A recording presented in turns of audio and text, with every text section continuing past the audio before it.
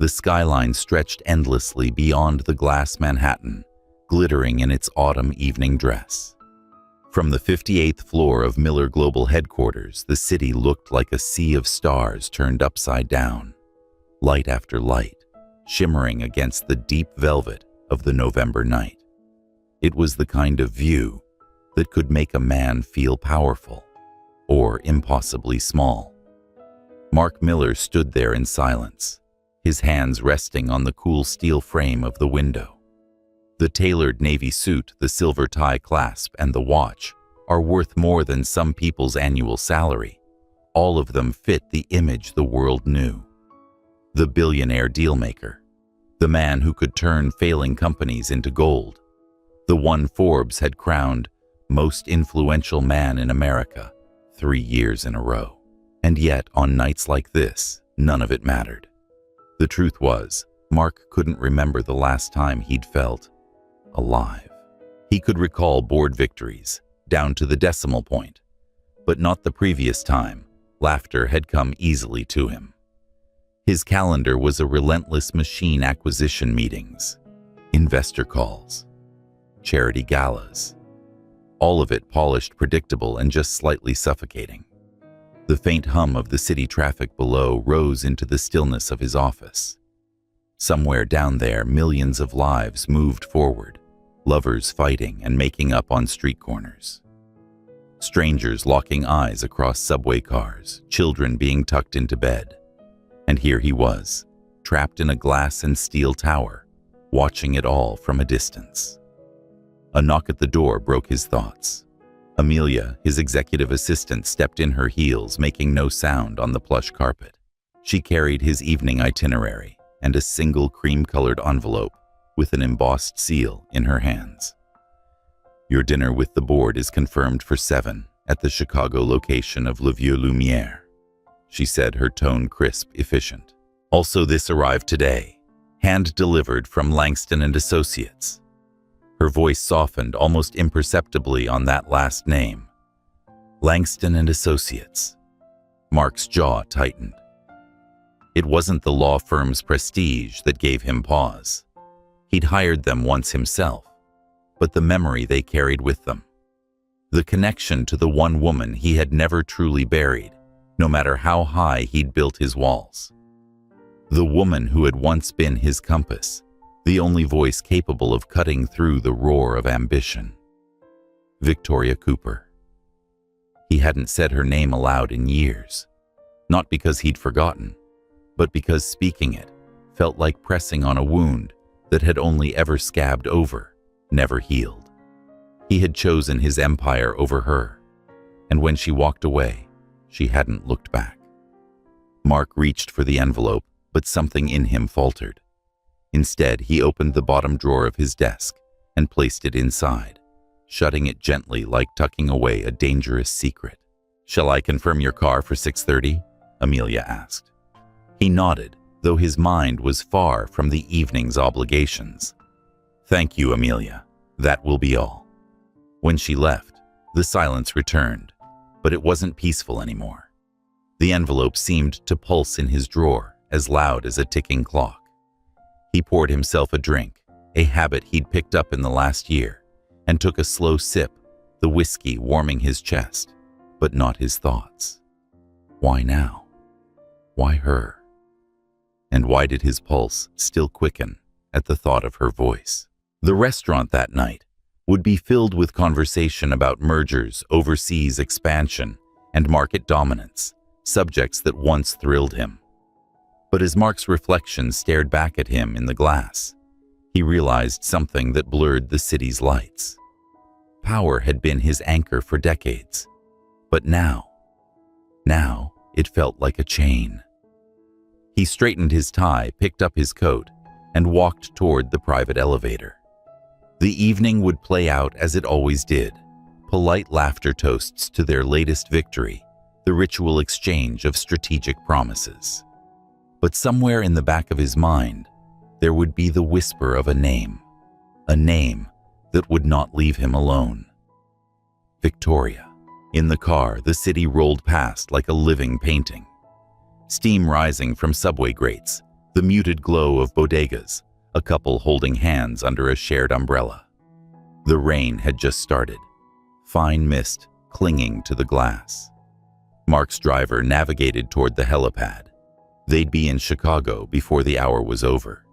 But even as the tires hummed against wet pavement, Mark's thoughts stayed fixed on that envelope. A letter could be anything, a legal matter, a formality. Or it could be something else entirely. An opening, a reckoning. He remembered, unbidden, the way Victoria's laughter used to fill the cramped apartment they'd shared in their 20s, how she'd lean barefoot against the kitchen counter, in his shirt, reading out loud from the paper, while he made coffee. She'd had dreams of running her wellness studio, giving back to the community she'd grown up in, and he had admired and loved her, until ambition demanded he trade their mornings for red-eye flights and endless negotiations. Until he told himself she'd understand. She hadn't, and she was right not to. The jet lifted off into the cloudy night, the city shrinking beneath them. Mark leaned back, closing his eyes, letting the hum of the engines fill the void.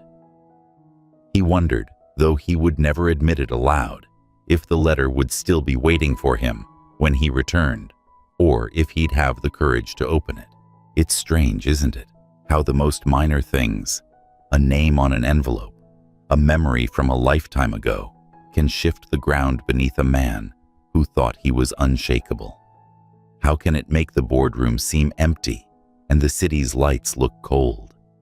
Mark Miller had built an empire to shield himself from the messiness of real life.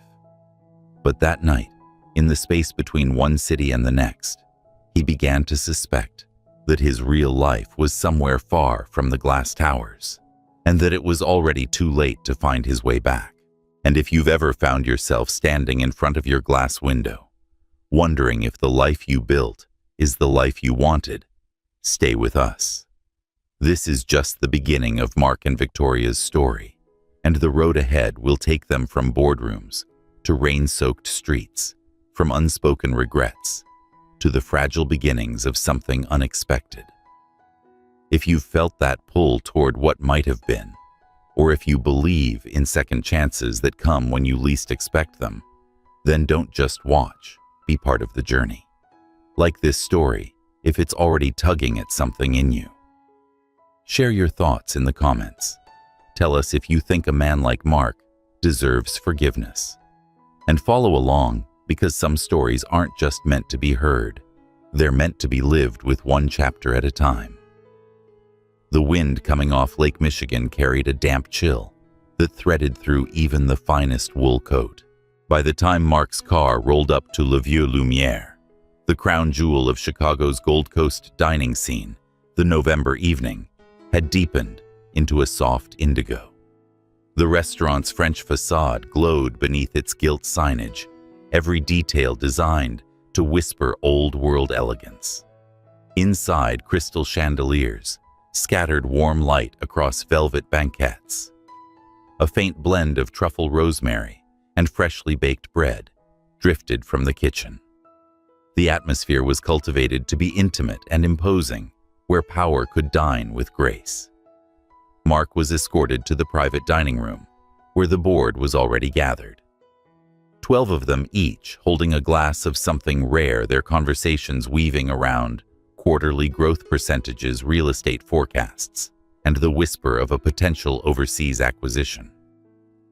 He took his seat at the head of the table, smiled, nodded, raised his glass when expected. His smooth and authoritative voice carried through discussions about market expansions and strategic alliances. And yet, as the laughter swelled at some predictable joke about constantly beating the competition, his attention faltered. A flicker of movement beyond the gilded archway caught his eye. Across the main dining hall, in a quiet corner, beneath a lamp that painted her in amber light, sat Victoria Cooper. It had been over 6 years, but he would have known her anywhere. Her hair was swept back in a simple knot, revealing the gentle slope of her neck. She wore no ostentatious jewelry, no statement piece demanding attention, only a tailored navy dress that seemed to frame her stillness, her quiet poise. She sat with her back straight, her posture unassuming, yet somehow magnetic. But it wasn't just Victoria who held him frozen. 3 children sat with her. A little girl in a sunflower yellow dress head bent over a paper napkin as she sketched with colored pencils. Another, slightly older, read from the menu in a soft murmur, as if decoding a puzzle. And then there was the boy, tousled chestnut hair, eyes, the precise shade of Mark's own clear blue, like a late winter sky over the Hudson. The moment their gazes met across the room, something inside him shifted. It wasn't recognition exactly, it was a reckoning. His chair scraped sharply against the polished wood floor as he stood. Conversations fell silent around the table, surprised eyes tracking him. "I need a moment," he said, voice even but tight. Without waiting for a reply, he stepped away from the table and crossed the dining hall. Each step echoed through the room was far from quiet. He could hear the rustle of table linens, the clink of cutlery, the soft swell of a string quartet from the mezzanine. But over it all, he could hear his heartbeat loud and steady. Victoria's eyes followed him as he approached. No smile, no visible surprise, just a measured calm, as if she'd prepared for this moment. "Victoria," he said when he reached her table, the name tasting both foreign and familiar. Her gaze was steady. "Mark." He hesitated, his eyes flicking toward the children. "Are they?" "They're my children." Her tone was neutral, the kind that invited no easy assumptions. The girl in yellow looked up, curiosity sparking in her eyes. "Mommy." "Who is that?" Victoria didn't glance away from him. "Someone I used to know," she said softly. Mark felt the words like a small, deliberate cut. He did the math in his head, almost instinctively. 6 years since she'd left. 3 children, each appearing to be about 5. The numbers aligned too neatly to be a coincidence. "Why didn't you tell me?" His voice was quiet, almost an accusation. But beneath it, there was something more fragile: disbelief. Her eyes didn't waver. "Do you remember what happened after I left? I called. Your number had changed. I sent letters. They were returned. I came to your building, but your assistant said you didn't want to be disturbed. You made your choice. Mark, your career, not me. And once I understood that, I stopped asking for your time." Her words didn't rise in anger. They didn't need to. Their calm precision cut deeper than rage could have. "And if I had told you back then," she added after a beat, "would it have changed anything?" He had no answer. None that wouldn't sound hollow now. One of the children. The boy tugged at her sleeve. "Mom, can we get dessert now?" Victoria's hand came to rest gently on his hair. "Of course, sweetheart. Pick something you like." As the children leaned together, giggling over the menu, Mark stood on the edge of another life. A life he had not lived, because he had been too busy chasing the one he thought he wanted. "What are their names?" he asked finally, his voice low. Victoria glanced at him, and for the first time something softer moved in her eyes. Not forgiveness, not even understanding, but perhaps the faintest acknowledgement that he had the right to ask. "Zara," she said, nodding toward the eldest girl who was still reading the menu. "Ari," she added, tilting her head toward the one in yellow. "And the boy is Caleb." Caleb. It was his father's name. Mark's breath caught, not in sentiment, but in the realization that somewhere, despite the years and the silence, she had carried a piece of him forward. She reached into her handbag, withdrew a small business card, and placed it on the table between them. "If you genuinely want to talk for their sake, call me tomorrow. But only if you're serious. I won't let them get hurt. Not again." Then she turned back to the children, her attention closing around them, like a protective circle he could only stand outside of. Mark's hand hovered over the card for a long moment before picking it up. His palm felt heavier than any contract he'd ever signed. The board conversation rolled on at his table without him, a muted drone he barely heard. His untouched glass of wine sat before him, the candlelight bending through its dark surface. Outside the tall windows, Michigan Avenue glittered under the lamplight, but the night had changed shape, and so had he. Somewhere in this city, 3 children were going home with their mother.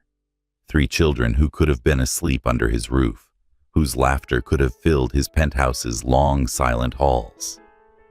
And for the first time in years, Mark felt the sharp ache of something far more dangerous than ambition.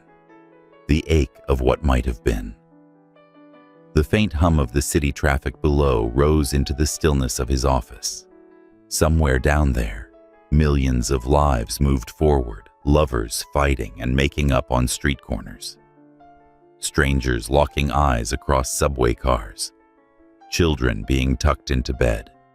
And here he was, trapped in a glass and steel tower, watching it all from afar. A knock at the door broke his thoughts. Amelia, his executive assistant, stepped in her heels. Making no sound on the plush carpet, she carried his evening itinerary and a single cream-colored envelope with an embossed seal. Your dinner with the board is confirmed for 7 at the Chicago location of Le Vieux Lumière, she said, her tone crisp, efficient. Also, this arrived today, hand-delivered from Langston and Associates. Her voice softened almost imperceptibly on that last name, Langston and Associates. Mark's jaw tightened. It wasn't the law firm's prestige that gave him pause. He'd hired them once himself, but the memory they carried with them. The connection to the one woman he had never truly buried, no matter how high he'd built his walls. The woman who had once been his compass, the only voice capable of cutting through the roar of ambition. Victoria Cooper. He hadn't said her name aloud in years, not because he'd forgotten, but because speaking it felt like pressing on a wound that had only ever scabbed over, never healed. He had chosen his empire over her. And when she walked away, she hadn't looked back. Mark reached for the envelope, but something in him faltered. Instead, he opened the bottom drawer of his desk and placed it inside, shutting it gently like tucking away a dangerous secret. "Shall I confirm your car for 6:30? Amelia asked. He nodded, though his mind was far from the evening's obligations. "Thank you, Amelia. That will be all." When she left, the silence returned, but it wasn't peaceful anymore. The envelope seemed to pulse in his drawer, as loud as a ticking clock. He poured himself a drink, a habit he'd picked up in the last year, and took a slow sip, the whiskey warming his chest, but not his thoughts. Why now? Why her? And why did his pulse still quicken at the thought of her voice? The restaurant that night would be filled with conversation about mergers, overseas expansion, and market dominance, subjects that once thrilled him. But as Mark's reflection stared back at him in the glass, he realized something that blurred the city's lights. Power had been his anchor for decades, but now it felt like a chain. He straightened his tie, picked up his coat, and walked toward the private elevator. The evening would play out as it always did. Polite laughter toasts to their latest victory, the ritual exchange of strategic promises. But somewhere in the back of his mind, there would be the whisper of a name that would not leave him alone. Victoria. In the car, the city rolled past like a living painting. Steam rising from subway grates, the muted glow of bodegas, a couple holding hands under a shared umbrella. The rain had just started, fine mist, clinging to the glass. Mark's driver navigated toward the helipad. They'd be in Chicago before the hour was over. But even as the tires hummed against wet pavement, Mark's thoughts stayed fixed on that envelope. A letter could be anything, a legal matter, a formality. Or it could be something else entirely. An opening. A reckoning.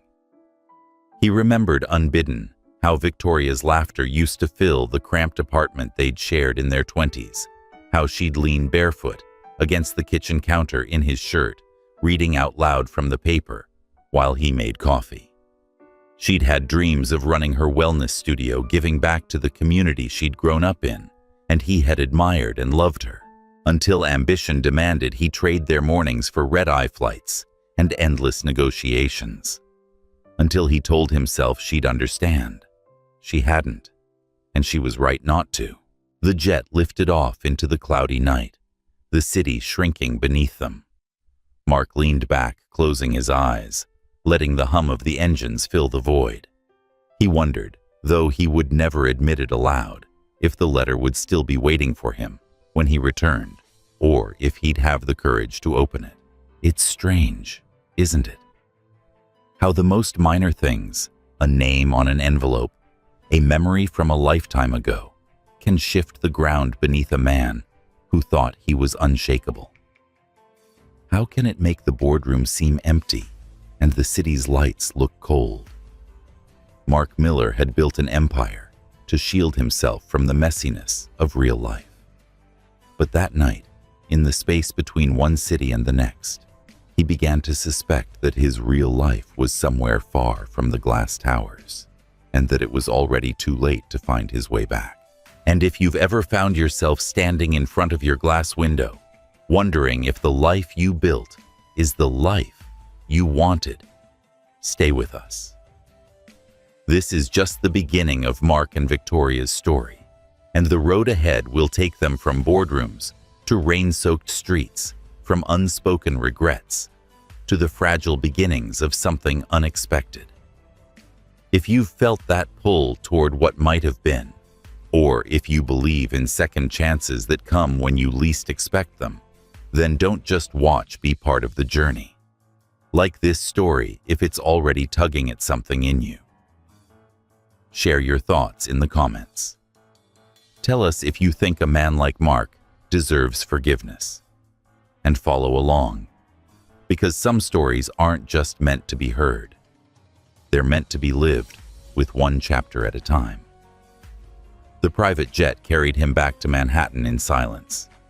Mark sat in the leather seat, the city lights of Chicago fading behind him, replaced by the endless dark over the Midwest. A glass of wine rested untouched on the armrest. He didn't need it. His mind was already intoxicated, not with pleasure, but with the heady, disorienting weight of the evening. Her voice lingered in his ears. Her steady, guarded, unwavering gaze had followed him back to his table and into his thoughts. Zara, Ari, Caleb, names that now pulsed like heartbeats against the thin wall of denial he'd been holding up for 6 years. When the plane landed at Teterboro, it was past midnight. The driver said nothing as they made their way to his Fifth Avenue penthouse, the city's wet streets glowing under streetlights. The apartment was immaculate, vast and silent, where you could hear your breathing. Mark moved through the rooms without turning on more than a single lamp. The shadows suited him tonight. He poured himself a drink, but this time he took only one slow sip before setting it down and walking into his office. His hand hovered over the bottom drawer, where the cream-colored envelope still lay waiting. But instead of opening it, he reached for the phone. The line rang twice before a familiar, even voice answered. She said Lily Archer was his current assistant and had been loyal for over a decade. Lily. Mark began, his tone sharper than he intended. I need to ask you something, and I need you to be honest. Brutally honest. A pause. Of course. After Victoria left. Did she ever try to reach me? Silence. No hesitation. Silence as though she were sifting through memories she'd locked away. When Lily finally spoke, her voice was quiet. Yes. The word landed like a blow. She called, more than once, sent letters, notes. She even came to the lobby of Miller Global's old building. But at the time, you were coming out of the Caledonia merger. It was a chaotic quarter. Your former assistant, Nicole, told everyone you didn't want to be disturbed with anything personal. She intercepted everything. Mark sat heavily in his chair. Everything, yes. She believed she was protecting you. Or at least, that's what she told us. He leaned back, the leather creaking beneath him. A dull roar began in his ears. Not anger at Lily, but himself. In the years lost to a wall he hadn't even known existed. I didn't know, he murmured almost to himself. I think Lily said gently that she eventually stopped trying. She must have thought you didn't care. Mark closed his eyes. In the stillness of his office, he could almost hear the sound of letters sliding into a waste bin, the muffled click of a phone being hung up, the quiet footsteps of a woman walking away from a building, carrying the weight of her children alone. The next morning, he arrived at the office earlier than the cleaning crew. The city was still pale in dawn light, the streets washed silver by overnight rain. He stood in his glass-walled corner office, watching traffic begin to swell far below. Somewhere in that expanse of steel and concrete, Victoria was waking 3 children, making breakfast, getting them ready for a day that had no place for him. By 9, he'd cleared his schedule. At 10, he had the number in front of him, the one she'd placed on the table between them, like a line in the sand. He pressed the call button before he could think too long. She answered on the second ring. Victoria Cooper. It's me, he said. Mark. A beat of silence. What do you want? To explain, he said. Not yet. I want to hear from you.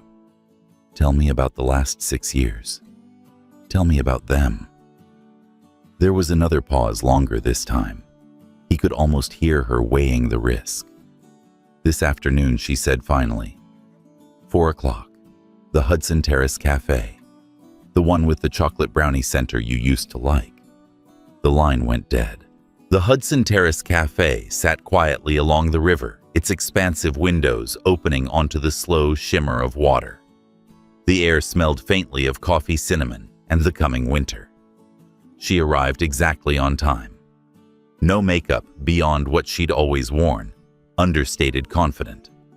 A coat the color of dark wine hair, swept back, eyes as steady as they'd been last night. You want to hear about the last 6 years? She asked without preamble, sliding into the seat across from him. Yes, he said, every day of it. Her fingers wrapped around her coffee cup, as though grounding herself. The day I found out I was pregnant, I panicked. I had no one. Not you. Not my family. They thought I was trying to trap you. I left New York. I moved in with an old friend in Newark. Took whatever work I could get. Cashier, tutor, grocery store clerk. I packed online orders from home when I was too big for anyone to hire. Her voice didn't crack, but her eyes were elsewhere. A small apartment with peeling paint, a desk covered in bills, the relentless swell of her belly. They came early. 5 weeks too soon. I stayed in the NICU for a month. Every day I was terrified I'd lose them. Every night I wrote you letters, dozens. I didn't know they'd never reach you. Mark's hands tightened around his cup until the porcelain warmed his skin. You had an empire, she said quietly, and I had 3 premature infants, a hospital bill I couldn't pay, and no way to call the father of my children without being turned away. He wanted to tell her about Lily's confession, about Nicole's interference, but the truth was, even without that, he had walked away first. Victoria. His voice caught. I can't change the past, but I can change the future. She studied him for a long moment, trying to see whether those words came from guilt, nostalgia, or something else entirely. Then she reached into her bag and drew out a small yellowed envelope. "If one day you're willing to read the letter I wrote 5 years ago, the one you never opened here, it is. But don't say anything. Not yet. Just read." The envelope slid across the table, its weight deceptively light. Outside, the Hudson rolled past in quiet currents. Inside, they sat across each other, the space between them filled with everything that had gone unsaid for too many years. And for the first time since she'd left, Mark realized that this wasn't about winning her back or making amends for himself. It was about stepping into the lives of 3 children who didn't know yet if they could believe in him. The wind along the Hudson carried a brittle edge that afternoon, the kind of wind that scraped against the skin and made even the strongest voices drop lower. Inside the Hudson Terrace Cafe, the air was warmer, scented with cinnamon roasted coffee beans and something sweet baking in the kitchen. Mark sat with the yellowed envelope between them, its corners softened by time, the paper faintly curled. He didn't open it yet. There was something in the way Victoria's hands rested on her cup, her fingers lightly tapping the porcelain, that told him her story had only begun. "You asked about the last 6 years," she said. Her gaze didn't waver, but there was a stillness in her posture that spoke of rehearsed control, as if she'd learned to keep the tremor out of her voice by sheer necessity. "So I'll tell you. The first winter after she left New York had been the coldest she could remember. Not the cold that could be fought with thicker coats or hotter tea, but the kind that set into your bones, the kind that came from carrying a weight you couldn't put down." She'd found a small apartment in Newark, 1 bedroom, with a narrow kitchen and a heater that clicked more than it worked. Rent was cheap enough to manage on her own, but every month still ended with her counting coins at the kitchen counter under the yellow light bulb. "I worked mornings at a grocery store," she said, "nights tutoring high school kids in math. On weekends, I cleaned houses for cash. Anything that didn't ask too many questions." Mark listened without interrupting, his hands folded loosely on the table, though the knuckles were tight. "When I started to show, jobs got harder to keep. People look at a pregnant woman and see inconvenience liability. So I found work I could do from home, packing online orders for a warehouse. I sat at a folding table for hours, my back aching, the smell of cardboard clinging to me. The children came early, 5 weeks before the due date." Her voice softened here, but not from nostalgia, from the memory of fear. "They were so small," she said, her eyes drifting to the window, as though she could still see the NICU's pale blue walls. "The nurses wrapped them in blankets, but they felt like air in my arms. I didn't sleep much that first month. I'd sit by their incubators watching the numbers on the monitors, praying nothing would drop, that no alarm would go off. I kept writing letters to you in the waiting room, in the middle of the night, on scraps of paper I tore from grocery lists." Mark shifted slightly in his chair. The thought of those letters, words she had poured out into the void, believing he'd chosen to ignore them, was heavier than he'd expected. When she brought them home, the real work began. There was no one to hand the babies to when she needed a moment to breathe. No family dropping by with casseroles. No partner sharing the 3 a.m. feedings. She said, "I learned to live in rotations," her lips pulling into a half smile without warmth. "Feed 1 burp, 1 soothe 1. By the time I reached the 3rd, the 1st was awake again. Days blurred. Nights. Nights didn't exist anymore. They were just longer hours to fill." There were small victories. Caleb took his first step toward the kitchen counter. Ari finally slept through the night, without waking in tears, and Zara's first drawing was taped to the fridge. But even those moments came laced with exhaustion. And then there were the illnesses. Zara developed eczema at 2, she continued. Every weather change made her itch so badly she'd cry herself hoarse. Ari had asthma, She learned to use an inhaler before she could read. Caleb.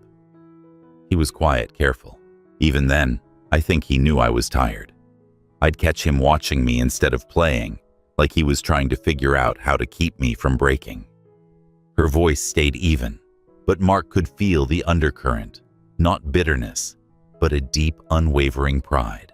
She leaned back slightly, her coffee cooling in front of her. You think I'm strong because I wanted to be, but I was strong because I had no other choice.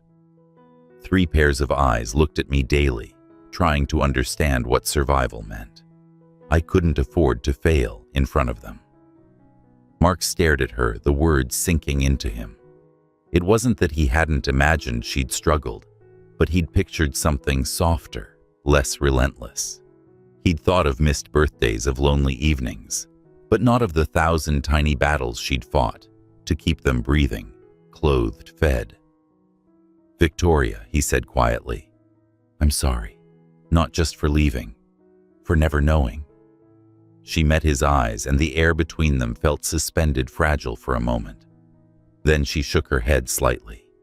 She said, I'm not telling you this to make you feel guilty. I'm telling you because if you're going to be in their lives now, you need to understand why I protect them the way I do. Why do I react the way I do when you're too sharp and too quick to judge? They've lived a childhood without enough arms to hold them. I won't let anyone, not even you, make them feel like they're on their own again. Mark's hands tightened together, but not in defense. I'm not going anywhere, he said, and this time the words came with a steadiness he hadn't been sure he still had. They sat in silence for a while, the quiet filled with the muted hum of the cafe, the low murmur of other patrons. Outside, the Hudson moved on unbothered, carrying reflections of the late afternoon sun. Mark looked down at the envelope between them, then back at her. When I read this, he said, will it change what you think of me now? Her lips curved into something, almost a smile, but not quite. That depends on whether you're the same man you were 6 years ago. He didn't answer right away, because the truth was, he wasn't sure. When they finally stood to leave, the sun had dipped lower, turning the water outside into ripples of gold and copper. They walked toward the door together, but without touching. On the sidewalk, the wind caught her coat and lifted a strand of her hair into the light. She didn't brush it away, just glanced at him once more before stepping into a waiting cab. The door closed, the cab pulled away, and Mark stood there for a long time, the city rushing around him, the envelope in his coat pocket feeling heavier with every passing second. He didn't open it on the walk back to the office. He didn't open it on the ride home. But he knew he would. Just not yet. The November sky was a pale watercolor, its edges washed thin by the wind. Central Park lay quiet that afternoon, the trees stripped of most of their leaves, their bare branches etching patterns against the fading light. Mark stood at the edge of the lakeside path, his hands deep in his coat pockets. The water in front of him rippled under the touch of the breeze, reflecting the muted colors of late autumn russet ochre and the faint silver of the coming winter. He saw them before they saw him. Victoria was seated on a stone bench, her posture easy but watchful. The children moved around her like minor planets, orbiting a steady center. Zara, the eldest, sat beside her mother with a sketch pad balanced on her knees and a pencil moving with deliberate strokes.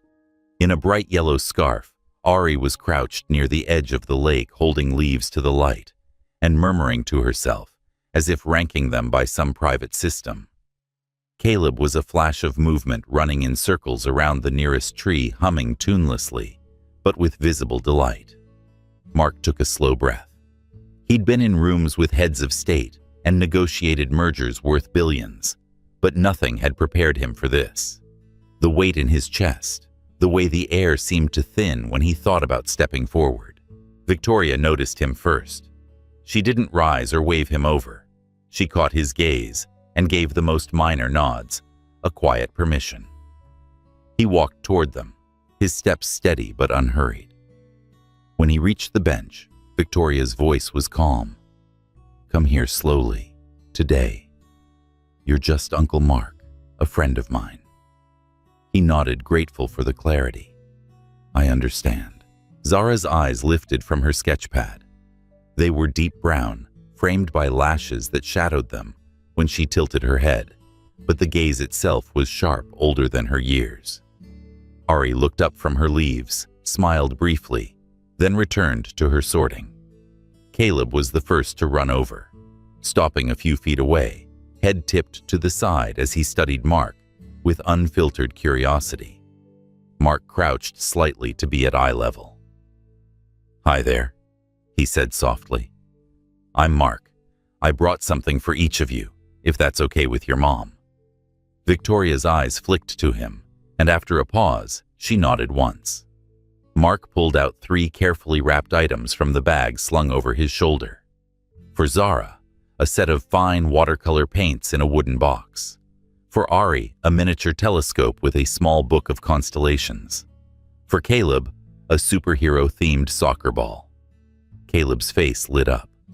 "How did you know I like superheroes?" Mark smiled faintly. "Just a guess." "You seem strong like one." Caleb proudly announced that I can kick a ball 50 times in a row.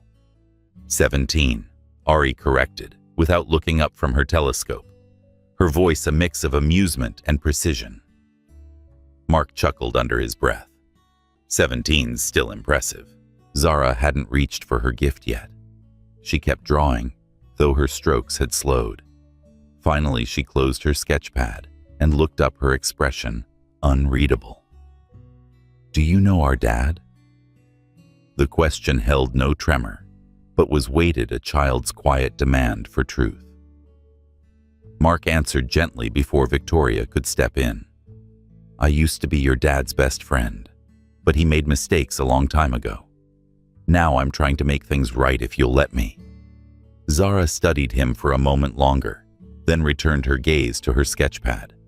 She didn't answer, but the tension in her small shoulders eased slightly. The afternoon unfolded in small, tentative steps. They walked along the lake's edge, the children darting ahead to float paper boats in the shallows. Ari explained the rules of her leaf-sorting game with serious authority. Caleb asked about the scar on Mark's hand, and Mark told him it was from a bike accident when he was about his age. Zara kept her distance, sketching quietly, whenever the group paused her pencil, moving quickly over the page. The air had taken on a sharper chill by the time the sun began to lower toward the horizon. Victoria signaled to the children that it was time to go. Caleb ran to Mark's soccer ball tucked under his arm. "Will you come again?" Mark crouched to meet his eyes. "I hope so, but that depends on whether your mom says yes." Caleb turned to Victoria, his eyes wide, with the kind of hope that made refusal nearly impossible. Victoria's lips curved into a small, reluctant smile. "We'll see." They began the walk back toward the park entrance. Halfway there, Zara fell into step beside Mark. Without looking at him, she held out a folded piece of paper. "I just drew it," she said. "I haven't colored it yet." Mark unfolded it carefully. The sketch showed a man, his hair unmistakably like his own, sitting on a bench with 3 children. The man held a ball and wore a small smile. "Can I keep this?" he asked, his voice low. "Yes, but only if you promise to color it in with all the times you come to play." Mark met her eyes. "I promise." Back in his penthouse, the sketch lay on his desk that night. The lines were simple but held something more. Not acceptance yet, but an invitation, a chance. He poured himself a drink and stood by the window looking over the city. For years, the lights below had represented everything he'd fought for and believed mattered. But tonight, they looked different, scattered, unfocused. Somewhere in the city, 3 children were going to sleep with gifts from Uncle Mark on their nightstands. And for the first time in years, he He wondered if the life he'd built was just a shadow of the one he could have had. The following Saturday, Victoria arrived at Mark's penthouse with the children. She had hesitated before agreeing, but the conditions were clear one afternoon: no overnight stay, and she would pick them up before dinner. Mark had prepared for it, as if hosting a state delegation. The open-plan living room, often a minimalist expanse of glass and marble, had been transformed. A thick rug rolled out over the polished floor. Low tables, set with drawing pads, and markers shelves stocked with books about the stars and animals. A pizza dough rested under a towel in the corner, ready for their lunch project. When the elevator doors opened, Caleb burst in, first soccer ball under his arm. Ari followed, eyes bright, as she spotted the telescope by the window. Zara lingered in the doorway, taking in the changes with careful, silent observation. Mark crouched to their level, a rare warmth in his smile. "Welcome. Today is all yours. No meetings, no interruptions." The afternoon began well. They made pizzas in the kitchen, each child choosing their toppings. Caleb piling on pepperoni, Ari arranging vegetables in precise concentric circles, Zara keeping hers simple, only cheese and basil. Mark guided their hands when they needed help, stepping back when they didn't. They ate together at the dining table, sunlight streaming through the tall windows. Caleb told an elaborate story about a superhero who could turn invisible only when wearing mismatched socks. Ari corrected his plot inconsistencies. Zara, though, mostly quiet, laughed once when Caleb pretended to lose his voice mid-story. After lunch, Mark stepped into the kitchen to load the dishwasher. He could still hear the children behind him, the shuffle of feet, the soft thump of a ball being bounced. But when he returned to the living room, the scene had shifted. Zara stood beside the low table, her small wooden box of markers open and scattered. Caleb held one uncapped green marker in his hand, the cap on the rug beside a fresh streak of color on the pale fabric. Zara's face was flushed. "You ruined them!" she cried, voice tight with hurt. "These were mine, and now they're all drying out." Caleb froze, his hand half raised, as if caught mid-crime. "I was drawing." "You didn't ask." Zara's voice rose. Mark stepped forward, his tone firm but even. "Hey, Caleb, you can't take your sister's things without asking. Do you see how upset she is? You need to understand how your actions affect others." Caleb's chin dropped, his voice small. "I didn't mean to." "It's not about meaning," to Mark said, keeping his voice low but clear. "It's about thinking before you act." Caleb nodded slightly, but his eyes had begun to glisten. The front door opened before Mark could say more. Victoria stepped in earlier than expected, her heels clicking softly against the floor. She took in the scene, Zara clutching her marker box, Caleb holding the uncapped pen, Mark standing between them, and crossed the room quickly. "What happened?" she asked, her gaze sharp. Zara rushed to her. "He ruined all my markers and got green ink on the carpet."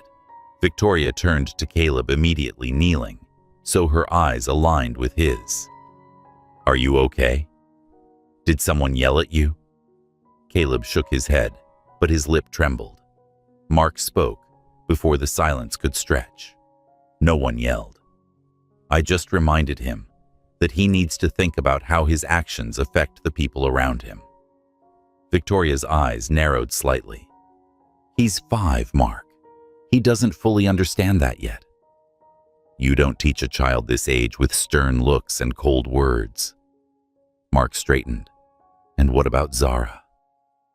"She's hurt too. You can't protect one child so entirely that the others feel overlooked.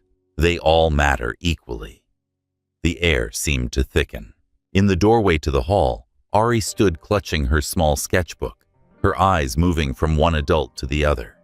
Her voice was quiet, almost hesitant. "You always fight because of us." The words hung there, fragile but unshakable. Zara looked down at her markers. Caleb shifted his weight, staring at the rug. Mark's chest tightened. He crossed the room, slowly crouching beside Victoria and Caleb. "You're right," he told her, though his voice was pitched toward all three children. "I wasn't as gentle as I should have been. I'm still learning how to be a father." Victoria's eyes softened slightly, though her shoulders remained tense. "And I'm still learning how to let someone else share that role. For 5 years, I've done everything my way. It's not easy to let go." They gathered the markers, capped each one, and set the stained rug aside to be cleaned. Caleb mumbled an apology to Zara, who, after a moment's hesitation, nodded and handed him the green marker cap. It was a small piece, but a piece nonetheless. Victoria lingered longer than she'd intended, watching them settle back into play. Mark stayed close, but didn't hover, stepping in only when needed, learning the rhythm of when to guide and when to let them lead. As the afternoon faded toward evening, Victoria rose from the couch. "Come on, it's time to go home." Caleb groaned softly. Ari gathered her telescope, and Zara slid her sketchpad into her backpack. Mark walked them to the door, his hand resting lightly on the frame as they entered the elevator. When the doors closed, the silence of the penthouse returned, but it wasn't the same silence he'd known before.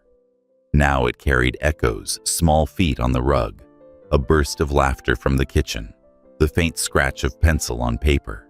Mark stood by the window that night, looking down at the city. The children were having dinner somewhere in Brooklyn, perhaps telling Victoria about their afternoon, and he wondered with a heaviness that surprised him whether she'd believe him when he said he could learn not just to be present, but to be the kind of presence that made them feel safe. The afternoon light was thin and clean after rain, the kind that makes the air smell like chalk and wet leaves. Mark waited at the edge of the schoolyard with a small paper bag in his hand and a thermos tucked beneath his arm. Children spilled through the doors in bright waves, laughter zippers, the slap of sneakers on pavement. He had stood before investors who measured him in billions, but nothing in that world made his pulse sound like this. Caleb spotted him first and slowed his eyes, flicking toward Zara before he committed to a smile. Ari followed, already cataloging everything: the bag, the thermos, the way Mark shifted his weight as if the ground were new. Zara arrived last, a small sentinel with a backpack too large for her frame. She looked at him without blinking. "Your mom asked me to pick you up," Mark said quietly. She had an appointment for a little while. Zara's chin lifted a fraction. "We don't go with strangers." The words were even not unkind, but they landed like a drawn line between them.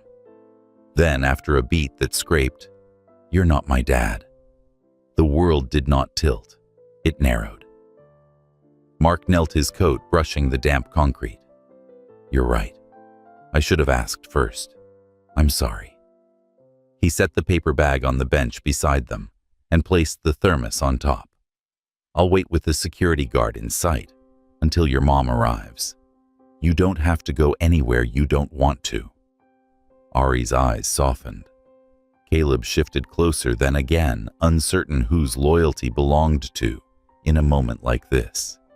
Zara didn't move. She watched him as if waiting for the trick inside the apology. Mark unscrewed the thermos cap and poured carefully into its little lid. Steam rose, lifting the faint smell of vanilla. "Your mom told me this helps when the weather makes your skin itch," he said, and offered the small cup into the air, not toward her, not insisting. "If you'd like it, it's yours. If not, I'll keep it warm." Zara didn't take it at first. The schoolyard hummed around them, car doors, a bell, a teacher's voice calling a name that wasn't hers. Then, almost imperceptibly, the tension in her mouth eased. She stepped forward, took the cup, and stood with it cradled between her palms like something alive. She said, "I still don't want to go anywhere, but softer now. We'll stay." Mark answered. He sat on the bench, leaving space beside him. Ari perched on the other end and began telling him about a class experiment with beans sprouting in the dark.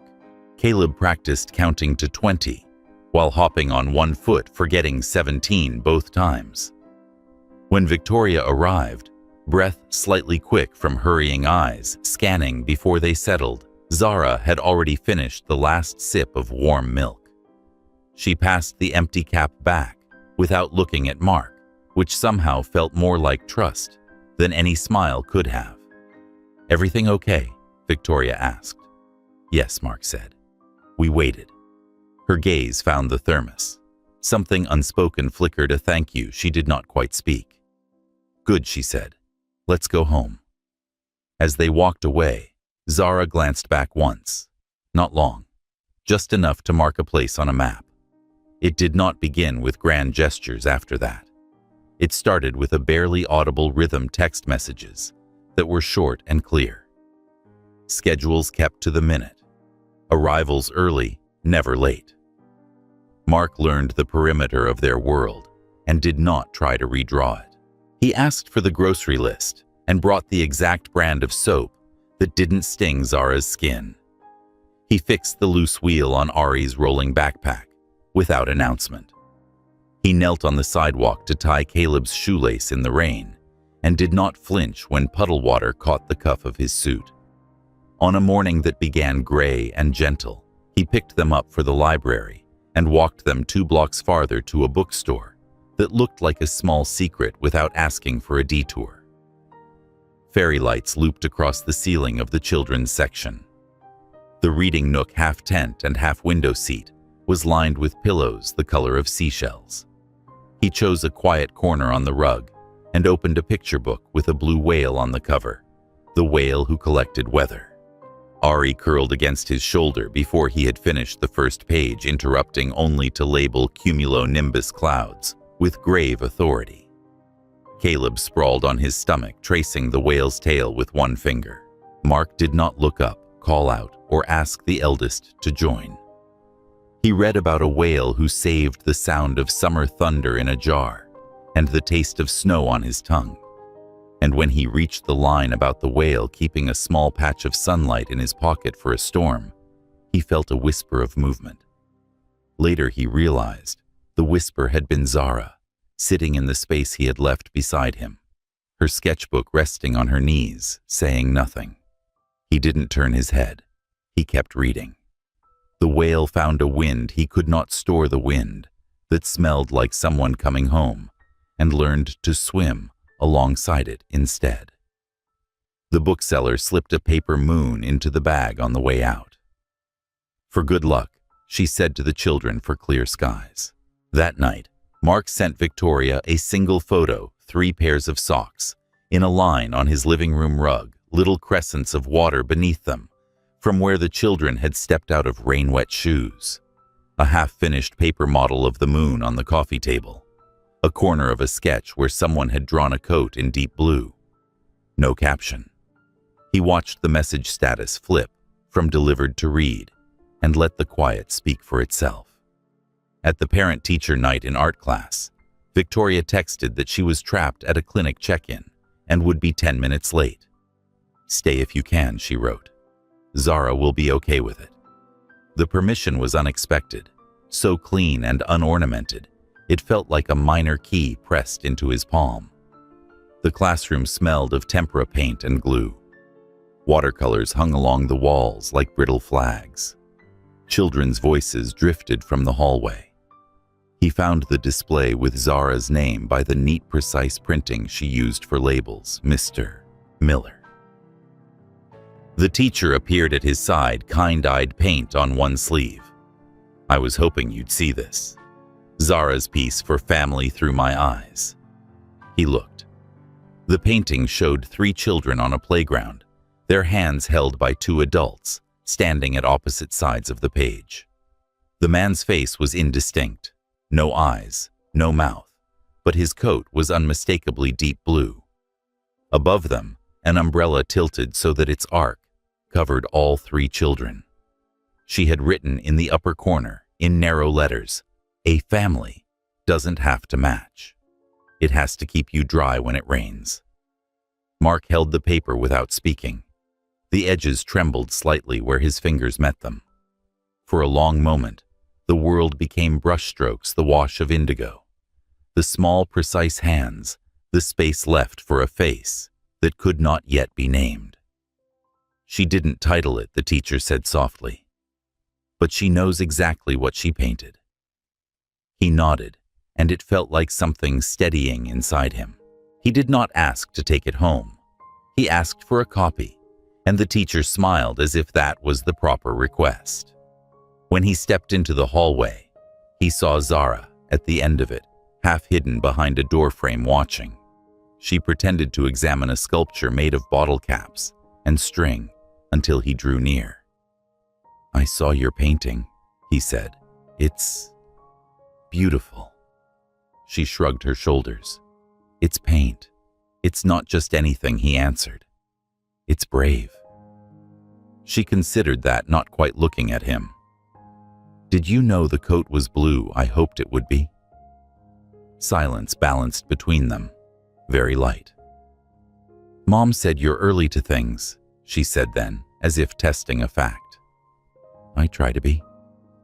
"Good," she murmured, and stepped past him toward the classroom, the smallest of approvals laid down like a stone in a path.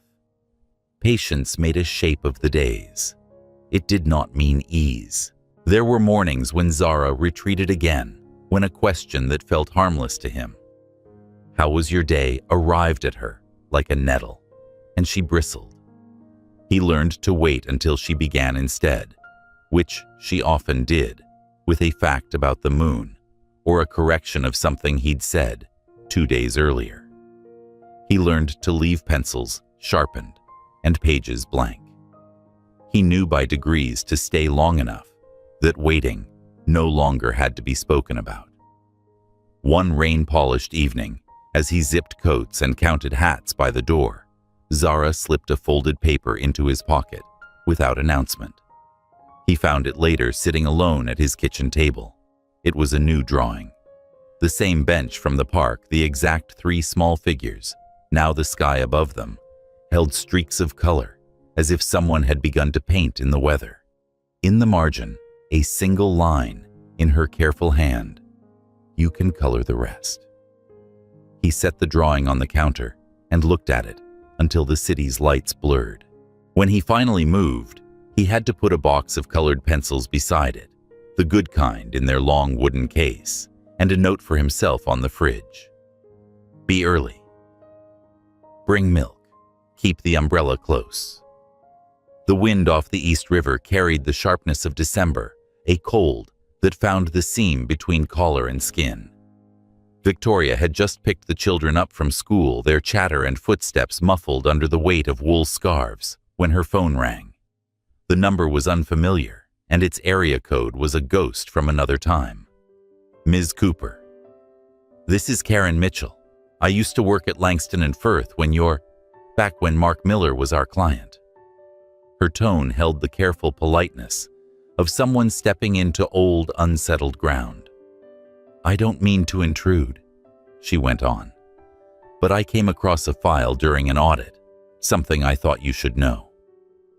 6 years ago, a denial of paternity document was filed on Mr. Miller's behalf. It has his signature." The noise of the street thinned, as though the air had paused.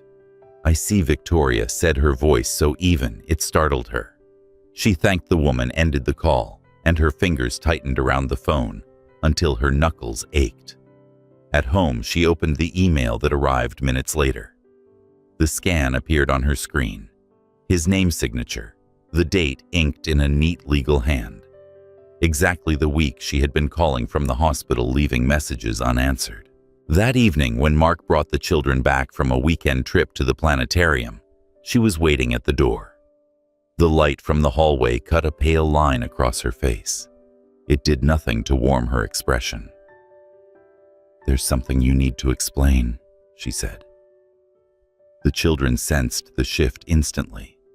Ari went still, Aleb hovered at the edge of the entryway, and Zara's eyes narrowed just enough to catch the danger. Mark looked from them to Victoria, then stepped inside as she shut the door behind him. She handed him the printout. "Do you recognize this?" He glanced down. His gaze snagged on the looping signature, the bold declarative type at the top of the page.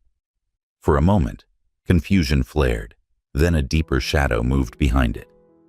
"This is my signature," he said slowly.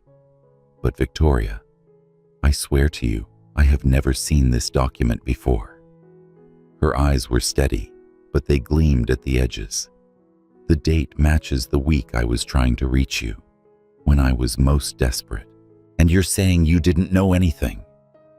His grip on the paper tightened. "I didn't sign this. You expect me to believe that?" Her voice didn't rise, but each word carried the bite of winter air. Mark stepped closer, lowering his tone so the children wouldn't catch the edge. "Yes, because it's the truth." Victoria turned away, her back straight. "I believed you had changed, Mark. Maybe I was a fool for thinking so." That night, long after he'd left, Caleb found her at the kitchen table, the printed page still in front of her. He was quiet, his voice pitched low as if not to wake someone. "Mom," he said, "if Dad leaves again, I won't forgive him." The word still felt dangerous on his tongue, Dad, but it was bare and unguarded.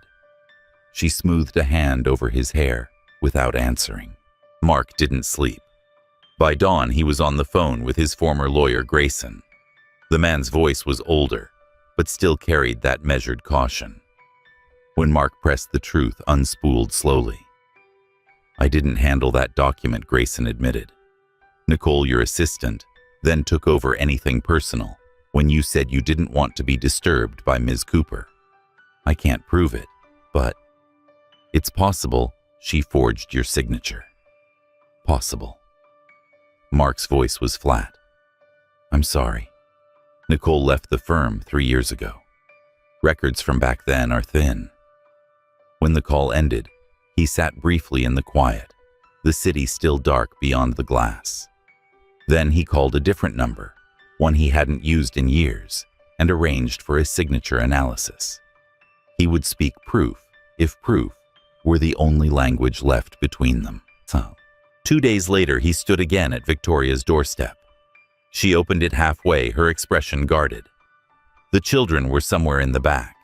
He could hear Ari's laugh, faint and distant.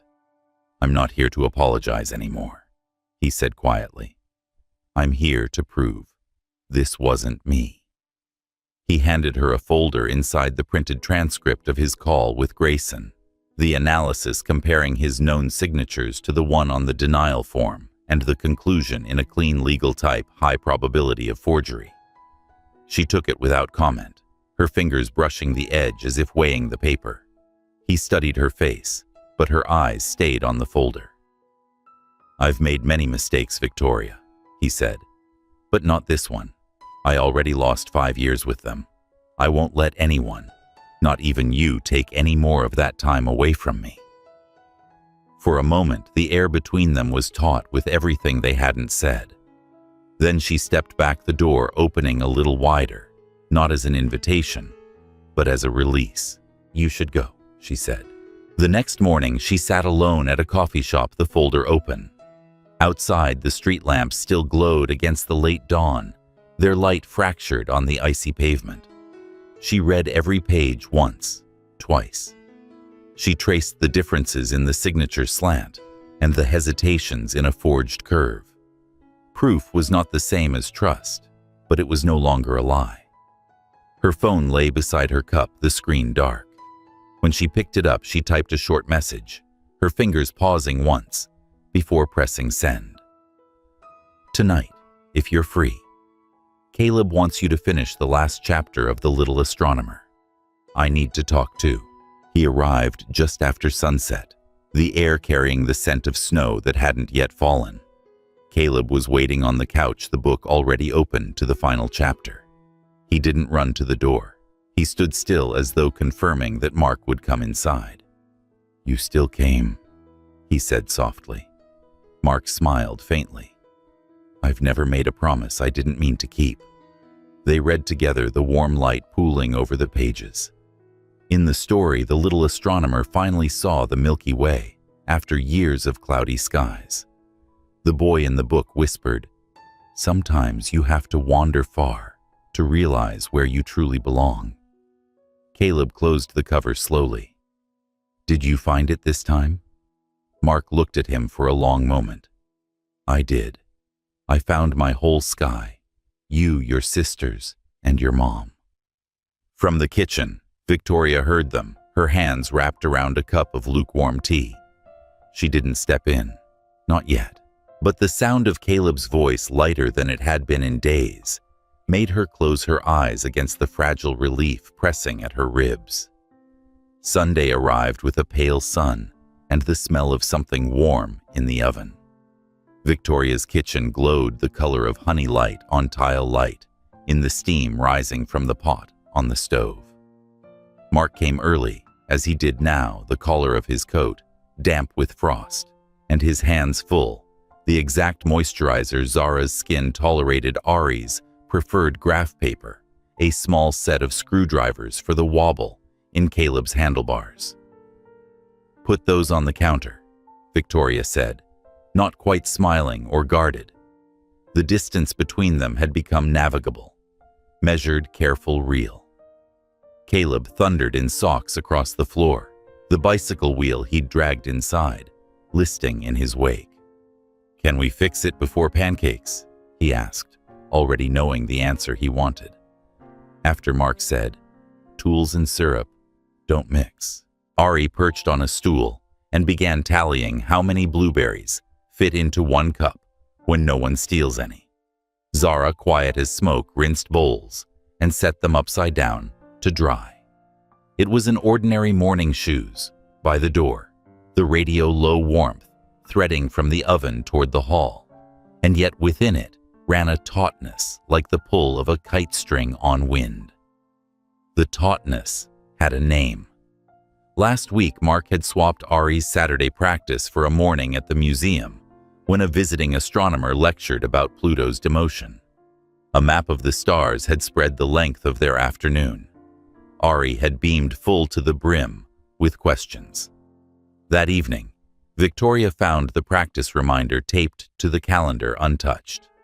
It was one time, Mark had said, even now, not defensive, just earnest. She'll remember how the room felt when the lights went down, more than any scale. And she'll also remember when adults keep their promises.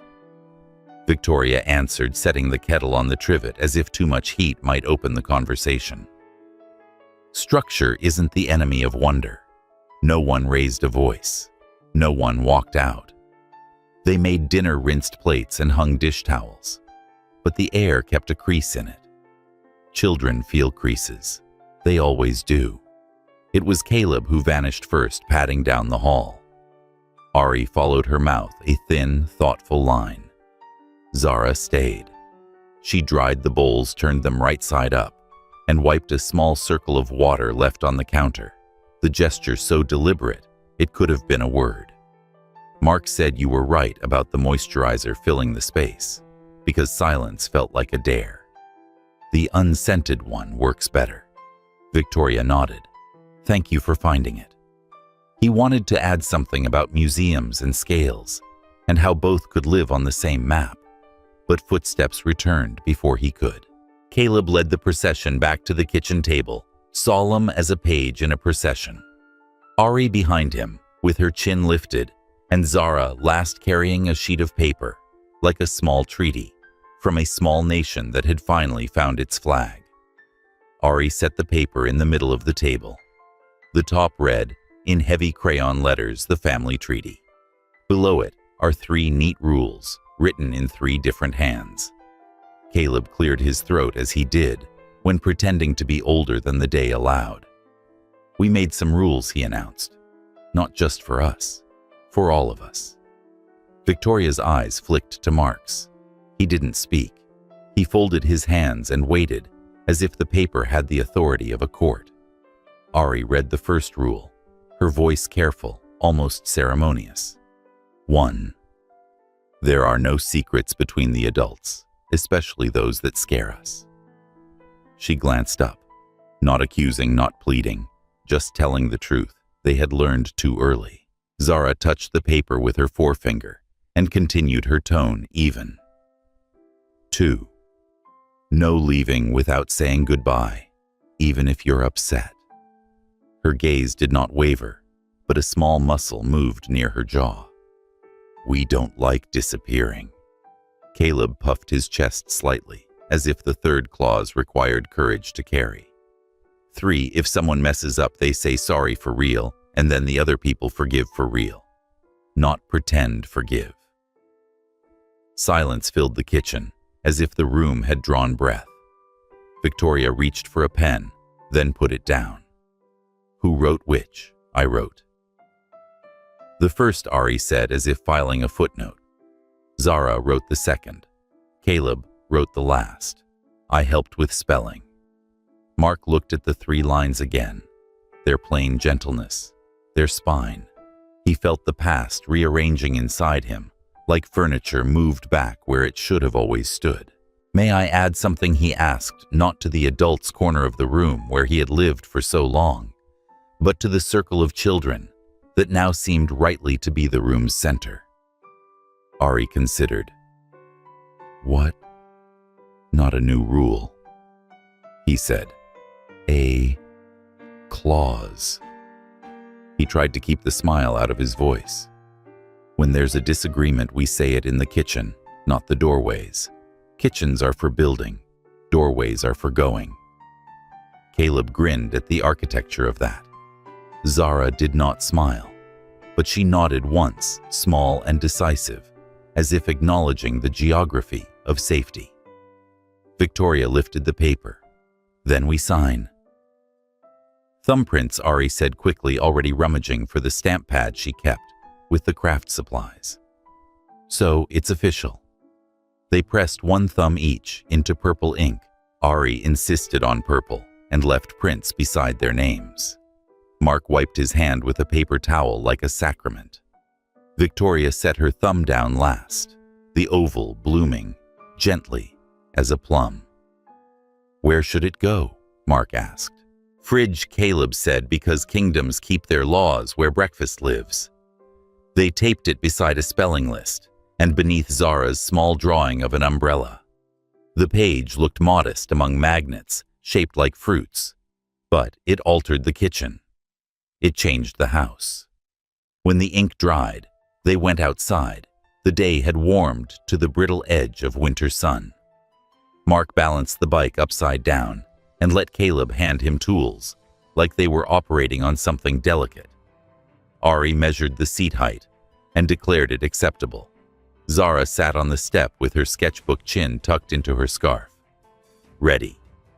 Mark asked, and Caleb nodded with the solemnity of vows. The first attempt wobbled. The second found a line. The third briefly, beautifully held.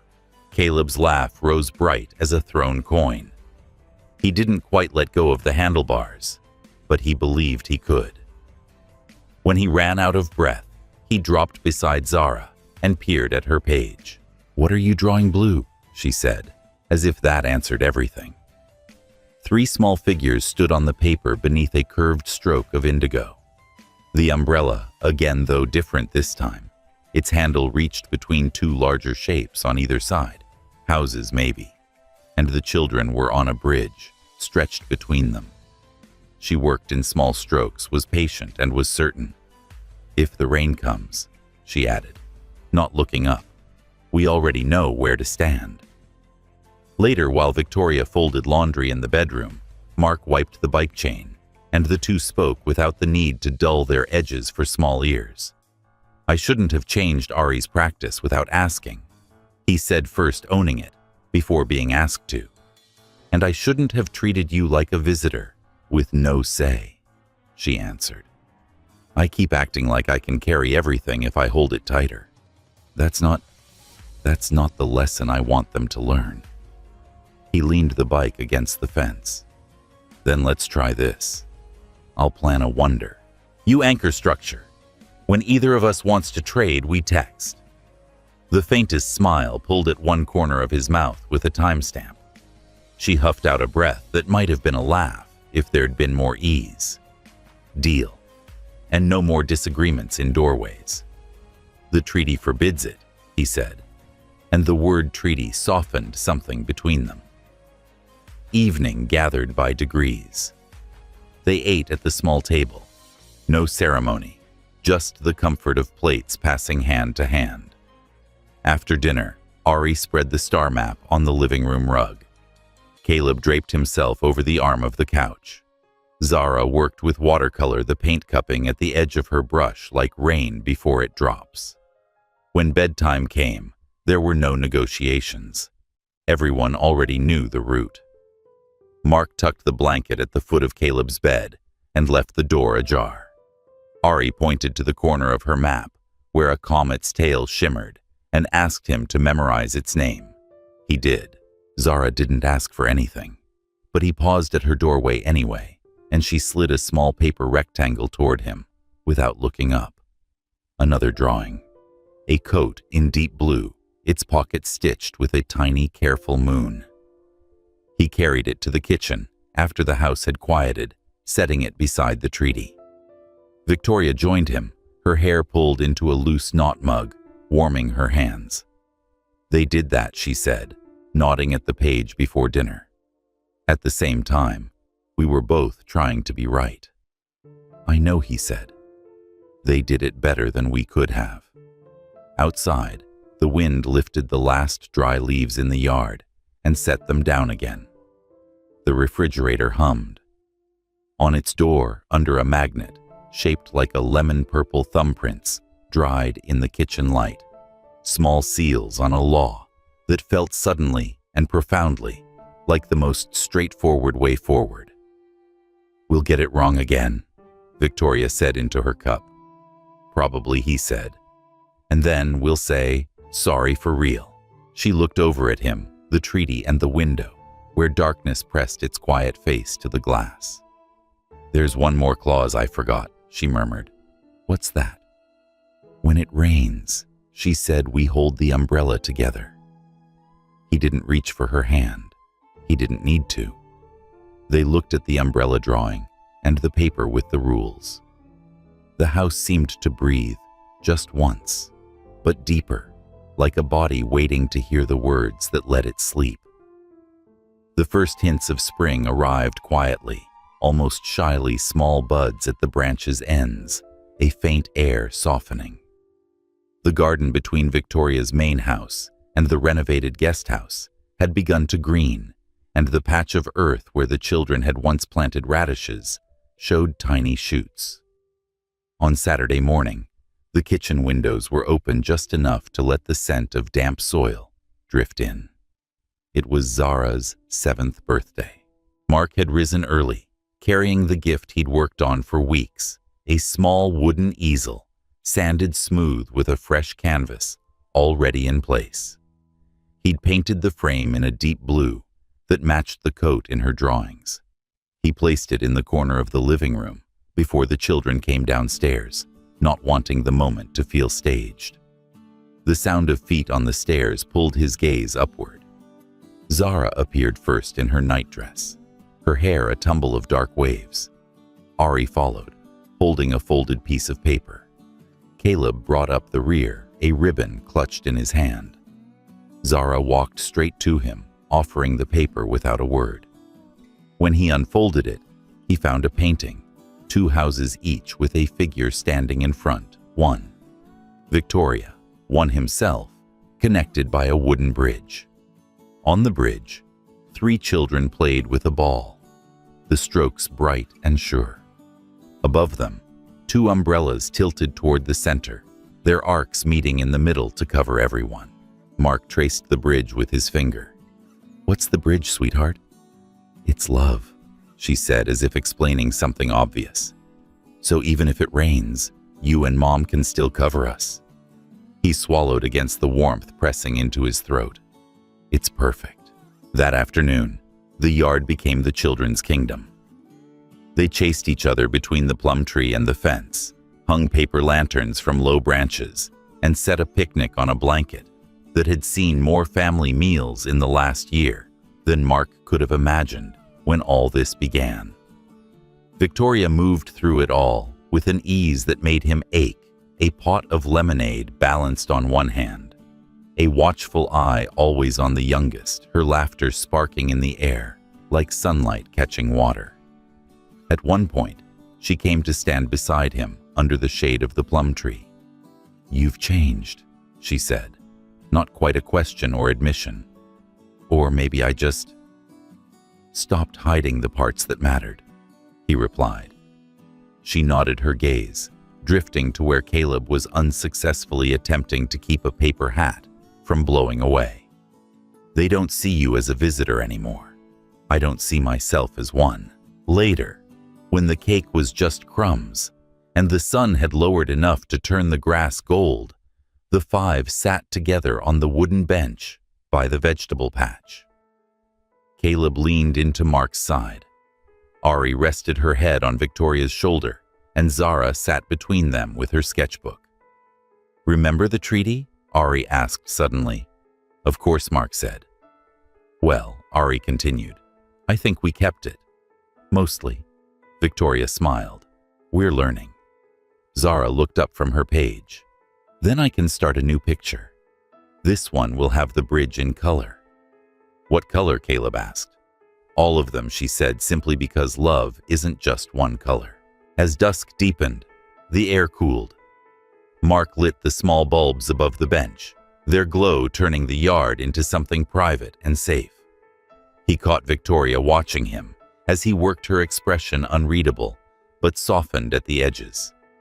"You know," she said quietly, "we'll still disagree. There will still be storms." "I know," he said, his eyes holding hers. "That's why we have the bridge." Inside, the children fell asleep, easily worn out from the day. Mark lingered in the kitchen with Victoria, the quiet between them, companionable now, no longer edged with old sharpness. "They'll remember this," she said, rinsing the last glass. "Good," he replied. "So will I." She turned to him, then a small smile tugging at her mouth. "You're staying in the guest house tonight, if that's still all right." "It is," she said, and though she didn't say more, her eyes carried a weight of things unspoken: trust, earned space, given the possibility of more than coexistence. Back in the guest house, Mark placed Zara's painting on the desk, propping it where the morning light would find it. The bridge seemed almost to glow under the lamplight, the two umbrellas arching like guardians over the small figures. He thought about the years he'd lost the walls he'd let others build for him, the moments that had slipped by while he'd been looking in the wrong direction.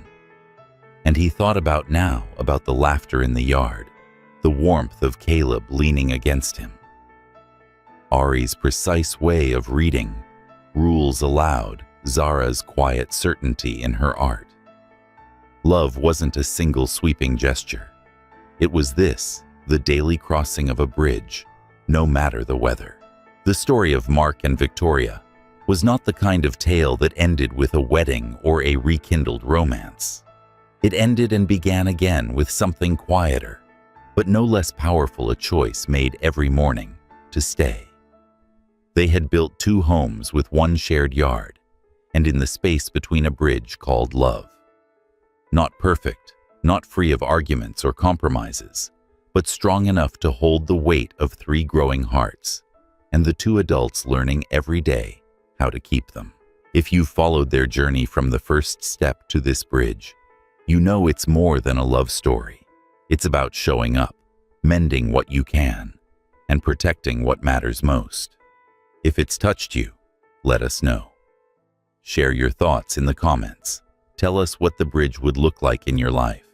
And if you believe in building love, even across separate shores like this video, follow the channel and stay with us.